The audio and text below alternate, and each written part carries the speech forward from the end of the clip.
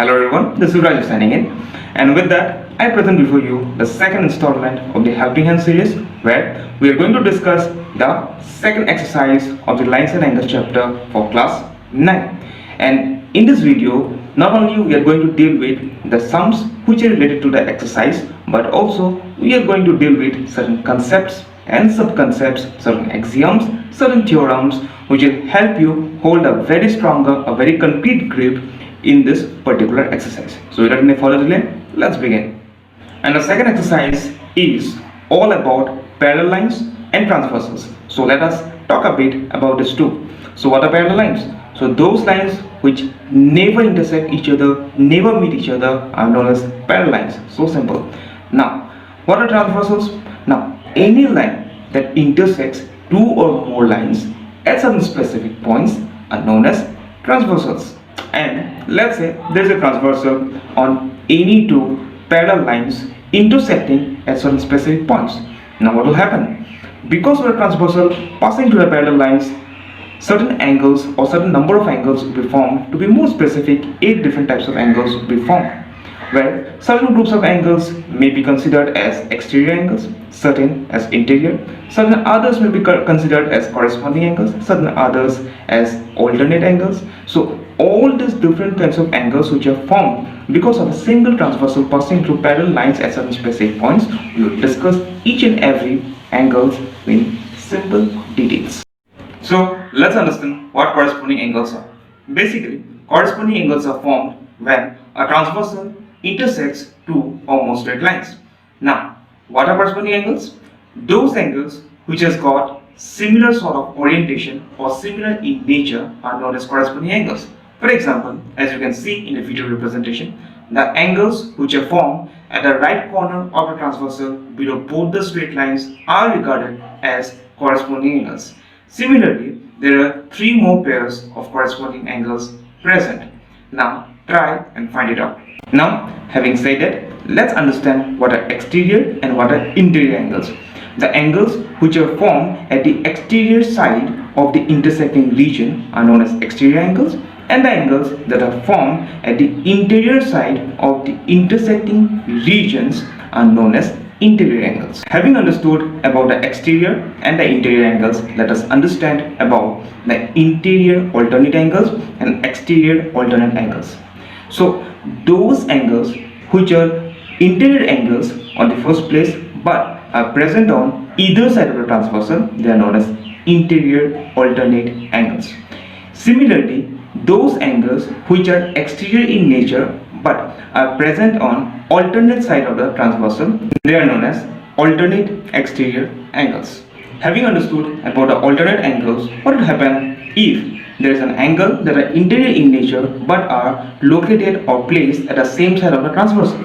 Then such kind of angles would be known as interior angles on the same side of the transversal or co-interior angles.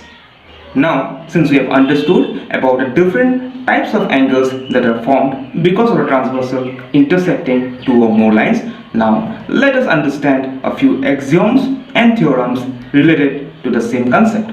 Now, the first axiom says that if there is a transversal that intersects any 2 parallel lines, then the pairs of corresponding angles so formed are going to be equal.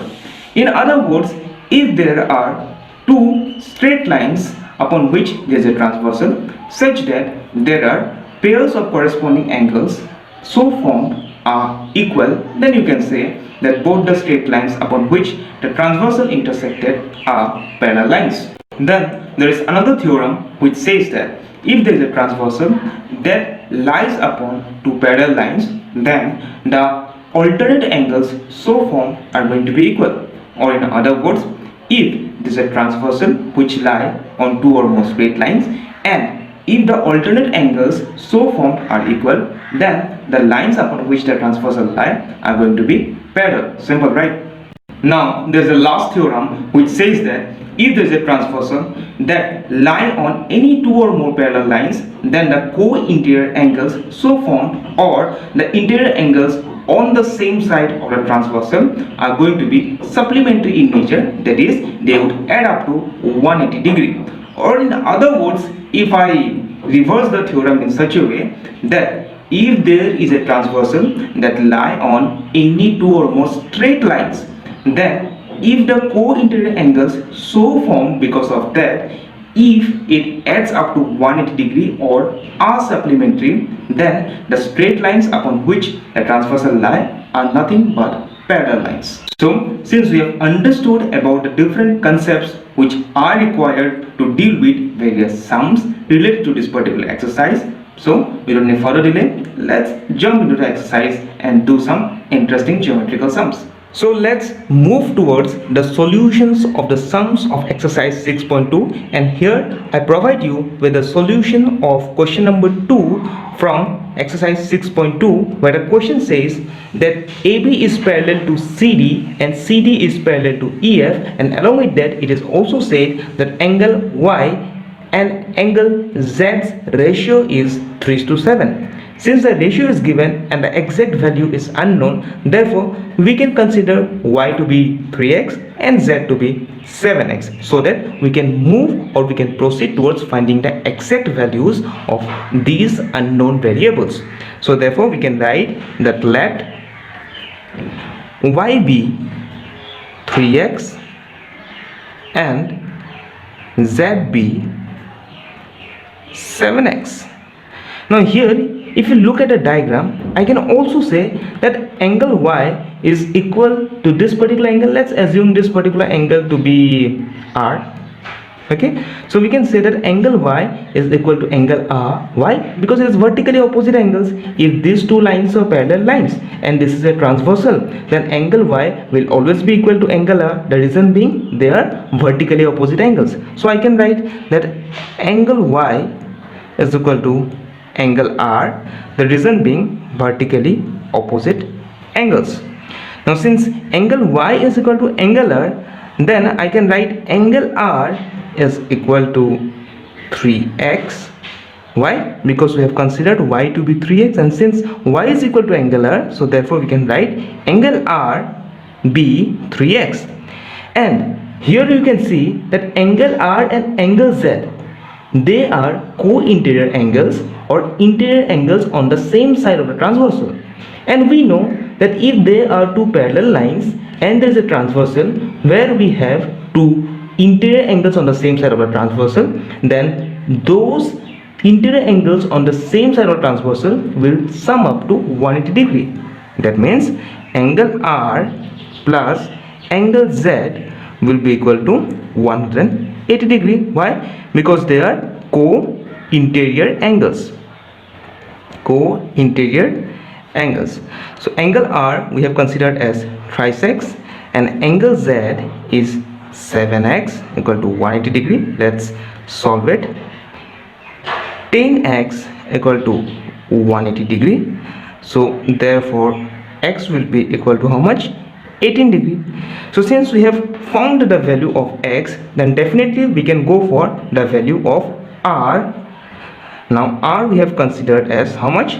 3x, that is 3 into 18 is equal to 54 degree, and angle Z is equal to how much? We have considered as 7x, that means 7 into 18. How much is 7 into 18? It's 126 degree.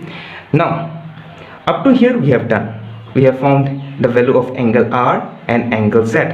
Okay, now since move to the hint that was given in the question, it was said that AB is parallel to CD and CD is parallel to EF, then definitely we can say that AB is parallel to EF, right? So AB is parallel to EF. Now if AB is parallel to EF, then this angle which is X and this angle which is Z must be equal, because they are alternate interior angles, right? So therefore angle X must be equal to angle Z. Why? Because they are alternate interior angles. So therefore angle X is going to be how much? 126 degree. It was so simple. I hope you have understood this particular sum. Okay, let's do another interesting question from the same exercise, that is exercise 6.2, and this time we will do a very interesting question which lies in question number 6, that says that PQ and RS are two mirrors placed parallel to each other. An incident ray AB strikes the mirror PQ at B. The reflected ray moves along the path BC and strikes the mirror RS at point C, and again reflects back along CD. Now we need to prove that AB is parallel to CD. Now for this we need to follow certain number of steps. Now if you observe these steps carefully, you will easily be able to do this particular type of sum.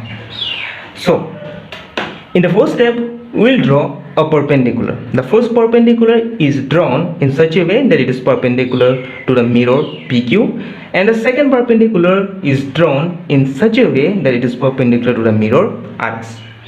Now after the perpendiculars are drawn, the angles so formed, let us number this angle as angle 1, angle 2, angle 3 and angle 4. Now from the basic knowledge of optics, we know that the angle which is formed between the incident ray and a normal ray is known as the angle of incidence, and the angle which is formed between the normal ray and the reflected ray is known as the angle of reflection.